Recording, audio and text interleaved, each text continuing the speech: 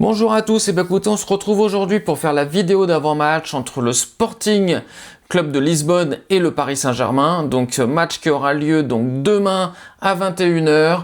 Ça sera pour la 7e journée de Ligue des Champions, donc avant-dernière, parce qu'il y en a bien 8. Donc le Paris Saint-Germain affronte demain le Sporting pour évidemment assurer sa qualification directe en étant dans les 8 premiers du championnat Ligue des Champions, si on peut appeler ça comme ça. Donc match évidemment à enjeu, parce que le Sporting, comme on va le voir, n'est pas très loin. Donc c'est un match qui aura lieu au Stadio José Alvalade à Lisbonne. Donc c'est le deuxième club de Lisbonne avec le Benfica.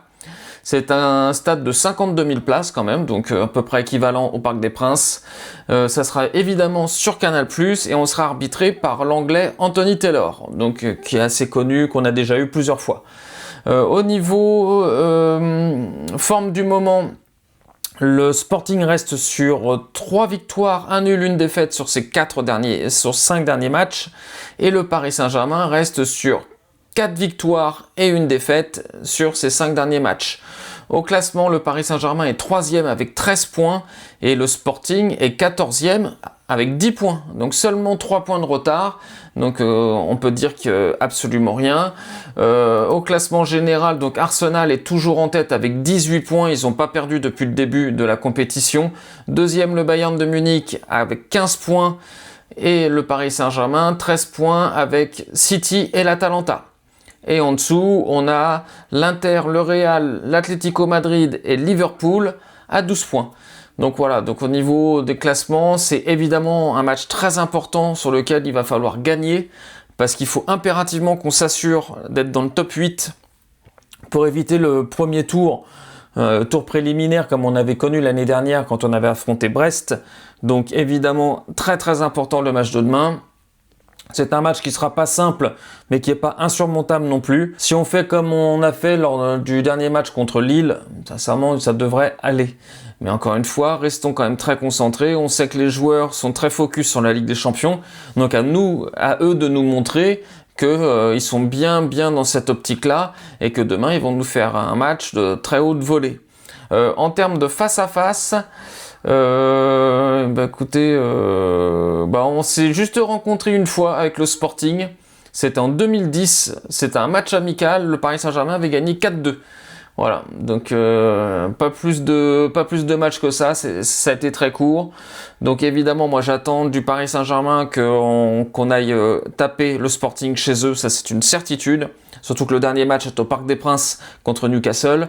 Donc moi je veux qu'on aille évidemment là-bas pour gagner, pour prendre un petit peu d'avance, en sachant que sur la compétition, demain, si je me trompe pas, qu'est-ce qu'il y a comme match important? Inter de Milan-Arsenal. Donc ça va être très important pour la première place d'Arsenal, à voir s'ils vont rester invaincus. On verra bien. Mais sinon, je crois que le Bayern affronte l'Union Saint-Gilloise à Munich. Donc ça sera pas intéressant pour nous. L'Atlético qui est derrière affronte Galatasaray là-bas. Marseille-Liverpool. Qu'est-ce qu'il y a d'autre? Le Real affronte qui? Le Real Monaco. Donc voilà, à voir un petit peu tout ce qui va se passer, mais en tout cas nous demain, victoire obligatoire.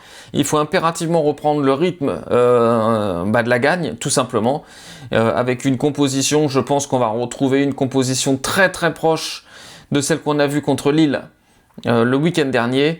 Donc avec Lucas Chevalier, Warren, Marquinhos, Pacho, Nuno Mendes, ça devrait pas bouger. Un milieu de terrain avec évidemment Vitinha, Fabien Ruiz et sans doute Mayoulou, je pense, et une attaque Doué, Dembélé, Kvara. Je pense vraiment qu'on va se diriger là-dessus. On sait que João Neves, il n'est pas dans le groupe, il est toujours indisponible, une petite touche musculaire. Donc toujours pareil avec Luis Enrique, on prend 0 risque et puis on attend que le joueur revienne à 100% pour pouvoir réintégrer le groupe. Donc au niveau du nouveau joueur là, Dro Fernandez. Donc d'après ce qu'on a compris sur les derniers messages qu'on a vus, donc quasiment tout est bouclé, c'est juste une question des derniers papiers à finaliser, mais en gros il sera, je pense qu'il va intégrer l'équipe courant de semaine et peut-être faire ses premiers débuts, je pense, la semaine prochaine. Il fera pas ses débuts ce week-end, je pense qu'il fera ses débuts la semaine prochaine. En tout cas, on attend ça avec impatience de voir un petit peu ce que vaut le petit prodige de la Masia. Donc voilà, donc petite vidéo courte parce que voilà, je vais vous faire maintenant des vidéos assez courtes, surtout sur les avant-matchs. Il n'y a pas 36 millions de choses à raconter. Donc allez Paris, et puis on se retrouve, je pense qu'on va se retrouver mercredi pour une nouvelle vidéo pour l'analyse et les notes du match.